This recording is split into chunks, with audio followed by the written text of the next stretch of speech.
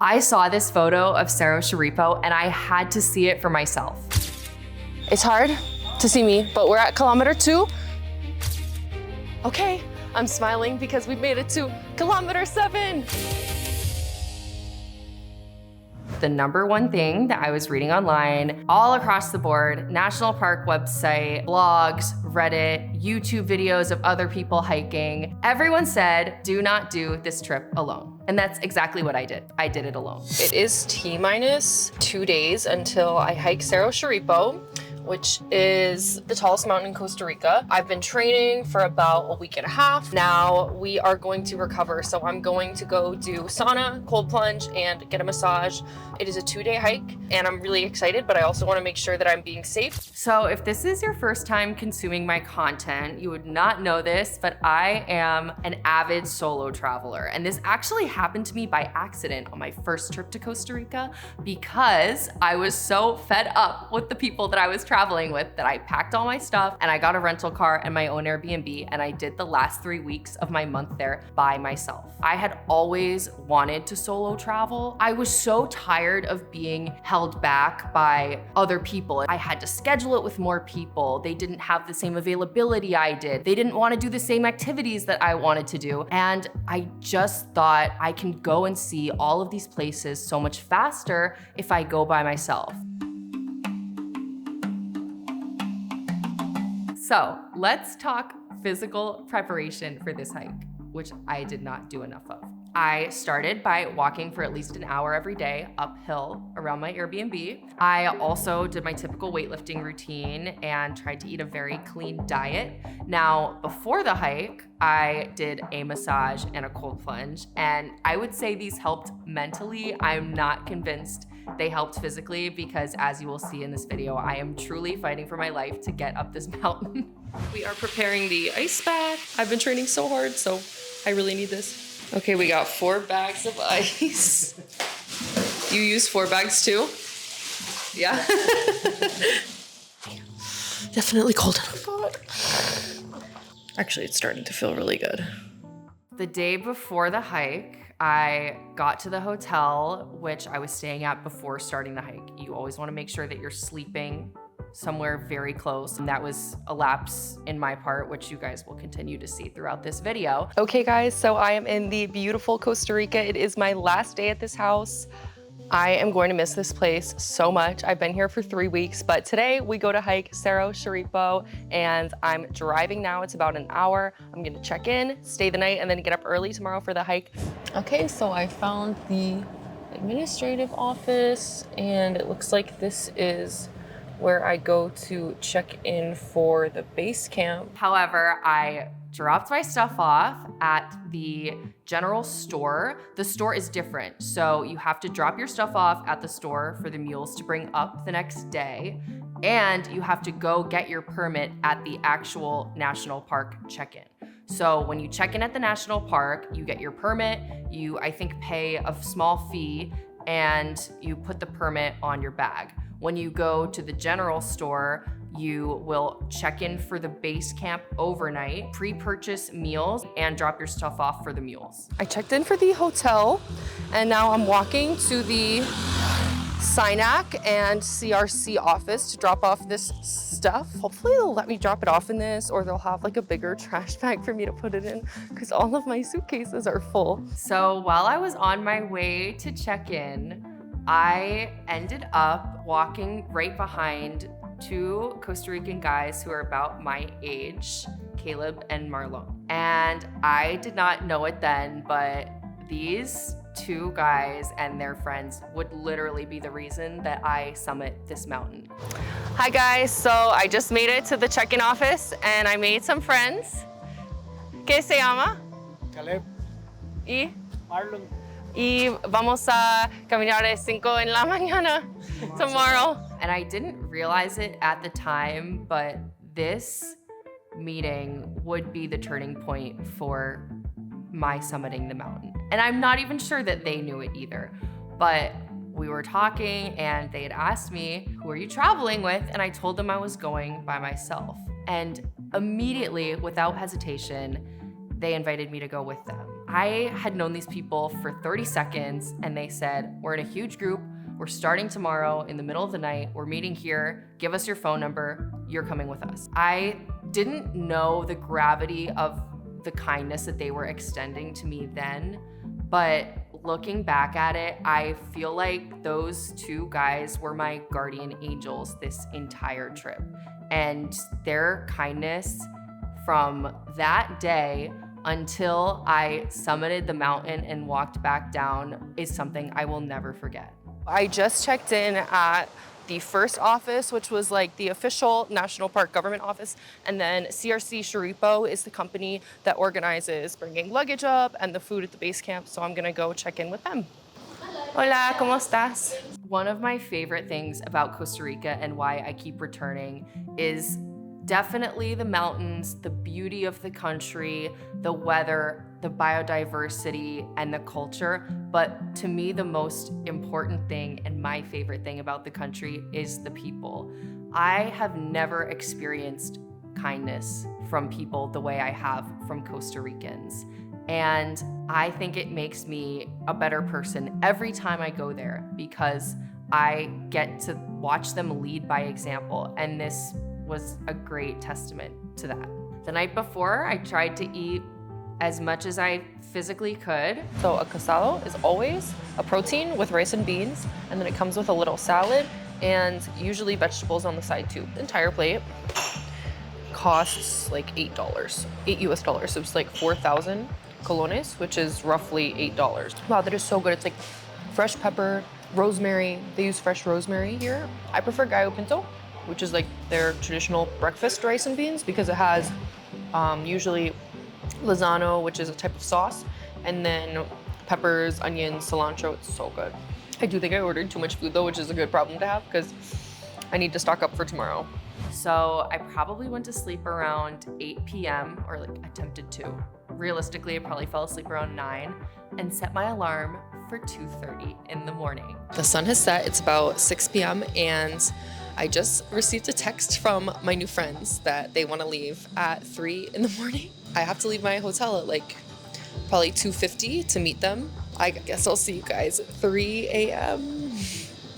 2:30 in the morning, alarm goes off. I literally jolted out of bed. I had so much adrenaline, I could barely fall asleep the night before because I was nervous and excited and am I insane? And all those intrusive thoughts were going through my head. I get my hiking gear on, put my hair in my braids, which they will stay in for the entirety of this, and set off. Now, what I did not film, and this was probably one of the scariest parts of the hike before it had even started, was I had to walk a mile from my hotel to the hotel where the trailhead was, where the boys were staying. It is 2:40 in the morning. I am walking to the meeting place. Luckily, it's not raining, so I guess they picked a good time to go, but I'm gonna go meet the people that I met yesterday and we're gonna start this thing.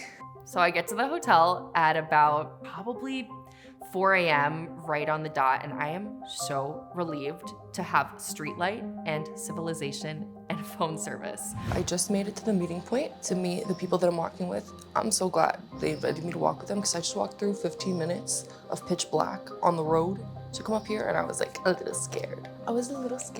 I'm gonna read a couple fun facts about Cerro Chirripó, which is the mountain that I'm climbing. So it is 3,821 meters or about 12,500 feet at the summit. The trail is 20 kilometers or about 12.1 miles each way. So it's a 24-mile round trip. Some people do it in a day. I will not be doing that. So 4:30, I start to hear the boys coming and I'm like, thank God I can start this because they're fast, but I knew I was gonna need some time to get to base camp, so I could not wait to start. So the boys come grab me and we start the hike. Okay, we made it. Vamos a empezar. Woo! Hi guys. Okay, it's hard to see me, but we're at kilometer 2. Se llama Fila del Cementerio de la Máquina, which is the Machine Cemetery Bridge. So we're at 62,000 feet and we have 10 more kilometers to go. How many to the base camp? For 12. Okay, vamos. this trip was specifically challenging on my Spanish skills because I was hiking this mountain, trying to vlog, thinking in English and vlogging in English, and then having to translate whatever I needed to communicate to Spanish. I don't think it's essential, but I think it will make everything about this significantly less painful if you do know Spanish. So the sun has finally risen and we made it to the 3rd kilometer. After the 3rd kilometer, they said it's supposed to be a little bit less steep. I'm very excited about that. As you can see, altitude is 6,500 feet. Not too bad yet. I'm still feeling pretty good with oxygen and stuff. Maybe I'm noticing I get a little bit more out of breath than usual. Check in with you guys at the next kilometer. The first 3 kilometers of this hike were absolute hell. They are on stones. It is straight up. There are no breaks. So we were going up and up and up in elevation. And the first kilometer, I was fine. I was excited. I had adrenaline. I was with all of these other guys who were so excited. Then by like the 2nd and 3rd kilometer, I started to trail to the back of the group. And I realized to myself, I cannot keep this pace up. And as I started to trail to the back of the group, Marlon pulled me aside and said, if you need me to walk with you slower, I will, just let me know.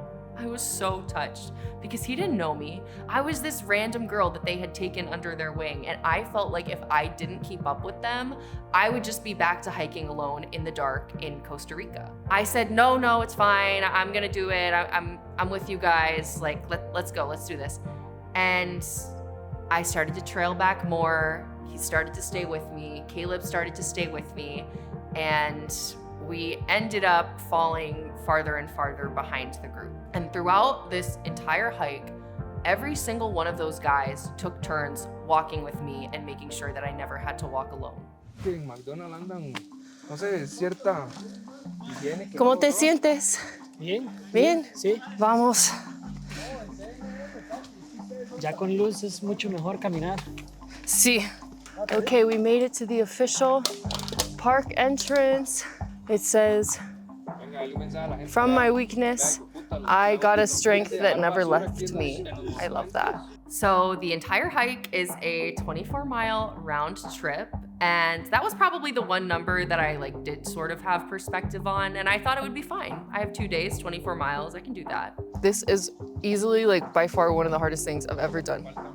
And I'm out of breath, even just sitting and talking and vlogging. There's not a lot of oxygen up here. The altitude's probably about 8,000 feet, maybe a little more. It's really a battle, but I keep telling myself the quote earlier that we saw when we entered the park. From my weakness, I got a strength that never left me. I keep reminding myself that as we walk. I'm so grateful.